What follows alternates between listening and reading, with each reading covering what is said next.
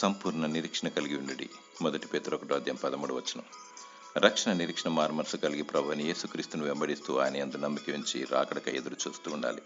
2000 సంవత్సరాల క్రితం రక్షకుడు వస్తాడని అందరూ వేచి ఉన్నారు.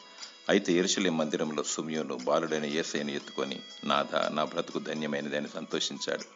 ప్రభువైన యేసుక్రీస్తు లేఖనాల ప్రకారం ఈ లోకంలో జన్మించి రక్షణ ప్రసాదించాడు. మరల వధువును అనగా తన రక్తమిచ్చుకొని తన బిడ్డలను తీసుకువెళ్ళుటకు మధ్యాకాశమునకు రానయ్యున్నాడు. ఈ లోకంలో నిందలు, అవమానములు, ఆటంకాలు, వ్యతిరేకతలు, శత్రుత్వలు ఉన్నాయి.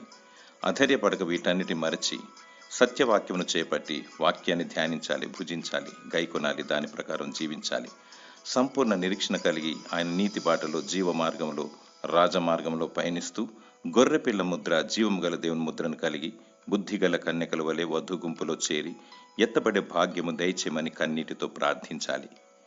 దేవుడు నీ హృదయ వాంఛను తీర్చునుగాక. ఆమేన్.